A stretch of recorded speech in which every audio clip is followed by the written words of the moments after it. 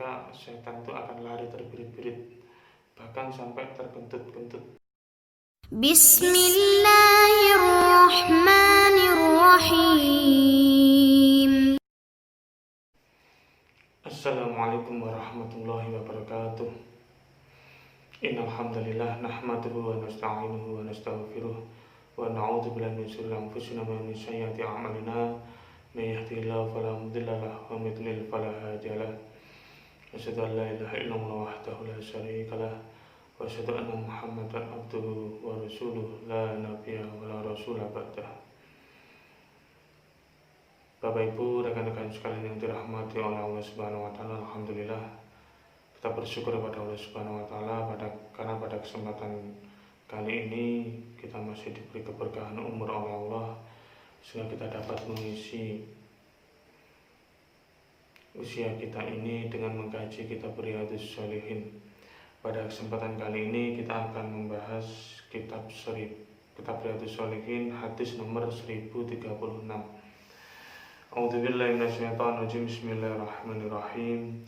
Wa an Abi Hurairah radhiyallahu anhu qala Rasulullah sallallahu alaihi wasallam idza nudiya bis-sholati adbara syaitan lahu duratun hatta la yasma'a at-ta'zin fa idza qudiya an-nida'u akbar hatta idza thuwiba lis-sholati adbar hatta idza qudiya at-taswibu akbar hatta tira bainal mar'i wa nafsihi yaqul udhkur kada lima lam yadhkur min qabl hatta yadalla ar-rajulu ma yadri kam shalla.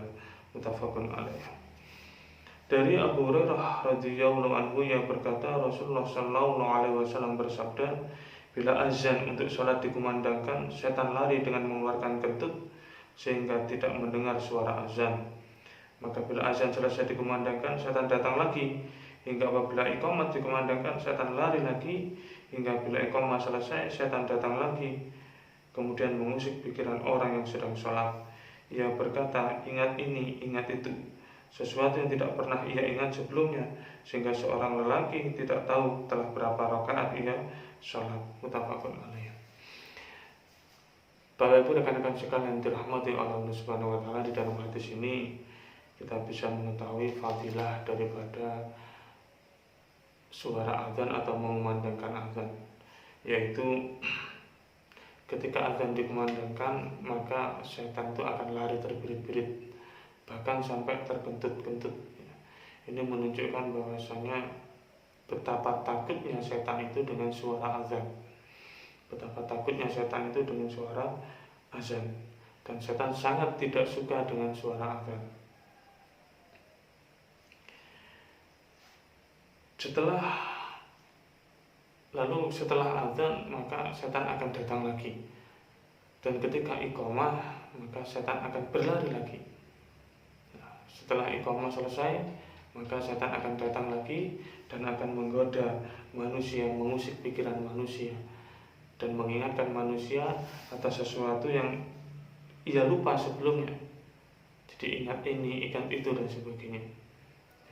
Bapak Ibu yang dirahmati oleh Allah Subhanahu wa taala, jadi ini adalah fadilah ketika kita mengumandangkan azan, maka setan itu akan lari terbirit-birit, sampai terkentut-kentut. Begitu juga dengan iqamah. Dan kita sebagai orang beriman seharusnya kita melakukan hal yang sebaliknya.